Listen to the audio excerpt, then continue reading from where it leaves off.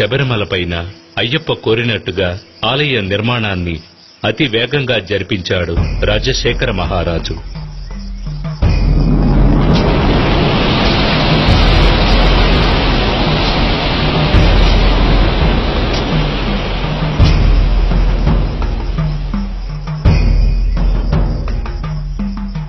ఆ ఆలయంలో జీవిత తత్వాలను వివరించే విధంగా 18 మెట్లను కూడా ఏర్పరిచాడు.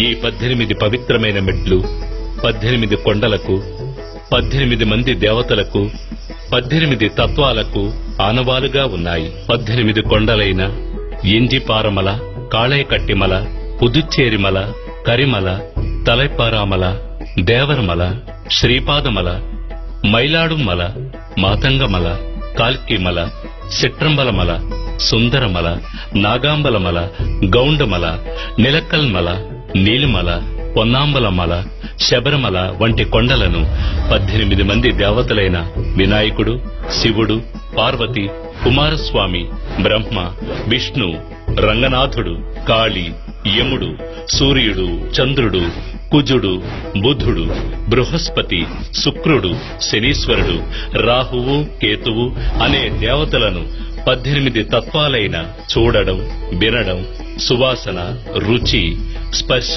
కామం, దురాశ, క్రోధం, లోభం, మోహం, మదం, మాత్సర్యం, డాంబికం, సాత్వికం, రాజసం, తామసం, విద్య, అవిద్య వంటి గుణాలను తెలియజెప్పే విధంగా స్వామి తత్వాధీనుడై ఉన్నాడని తెలియజెప్పడమే ఈ 18 మెట్ల ఉద్దేశం.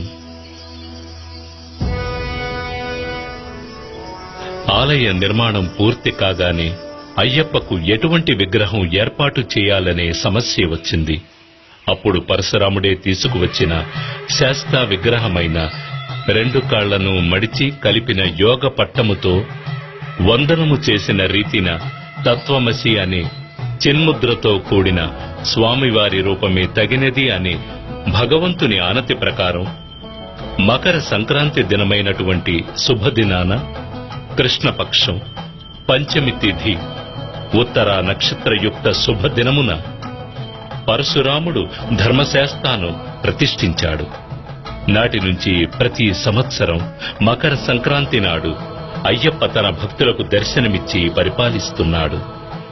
తద్వారా తన గురువుకి ఇచ్చిన మాటని నిలబెట్టుకున్నాడు. తనని శరణు కోరిన వారికి సద్గతి లభిస్తుందని తెలియజేసే విధంగా కుడి చేతిని కుడి మోకాలపైన ఉంచి అభయహస్తంతో అనుగ్రహిస్తున్నాడు అయ్యప్ప. అంటే తనే శరీరం అన్నవారికి అభయమిచ్చే అద్భుత రూపమిది.